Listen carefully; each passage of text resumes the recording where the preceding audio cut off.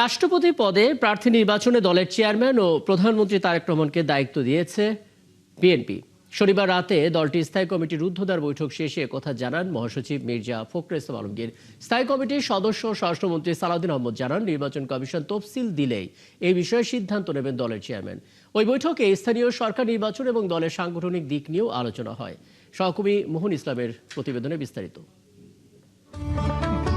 গেল 24 জুলাই অসুস্থতার কারণ দেখিয়ে রাষ্ট্রপতির দায়িত্ব থেকে পদত্যাগ করেন মোহাম্মদ শাহাবুদ্দিন। 3 মাসের মধ্যে রাষ্ট্রপতি নির্বাচনের সাংবিধানিক বাধ্যবাধকতা আছে।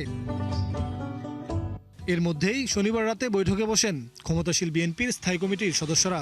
রাত 8:30টায় শুরু হওয়া বৈঠকটি চলে এক ঘন্টা। বৈঠকে দলের সাংগঠনিক বিষয় নিয়ে আলোচনা হয়।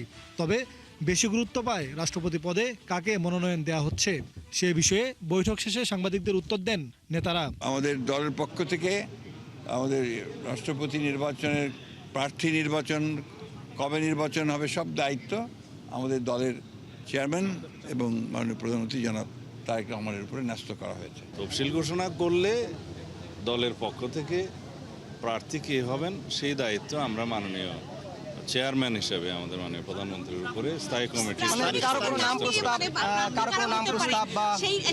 সেই সিদ্ধান্ত নেওয়ার দায়িত্ব আমরা মানে চেয়ারম্যান হিসেবে দলের চেয়ারম্যান হিসেবে তার উপরেই ন্যস্ত করেছি। রাষ্ট্রপতি নির্বাচন কি সংসদের নিয়মিত অধিবেশন হবে নাকি ডাকা হবে জরুরি অধিবেশন, প্রশ্ন ছিল এ নিয়েও।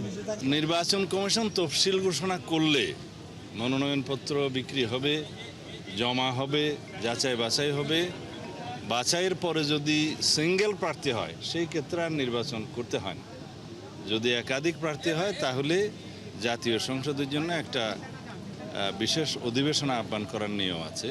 সেটা মাননীয় স্পিকারের সাথে আলাপ করে নির্বাচন কমিশন সেই দিনটি ঠিক করেন। বৈঠকে স্থানীয় সরকার নির্বাচন নিয়েও আলোচনা হয় বলে জানান বিএনপি মহাসচিব।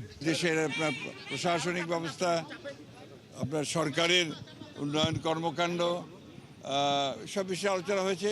স্থানীয় সরকার নির্বাচন নিয়ে আলোচনা হয়েছে। দেশের পরবর্তী রাষ্ট্রপতি কে হবেন তার নাম বৈঠকের পর সুনির্দিষ্টভাবে জানা যায়নি। সেক্ষেত্রে দলের শীর্ষ পর্যায়ের কোনো নেতাই পেতে পারেন বিএনপির মনোনয়ন, এমনটাই মিলছে আভাস। মোহন ইসলাম, ৭১, ঢাকা।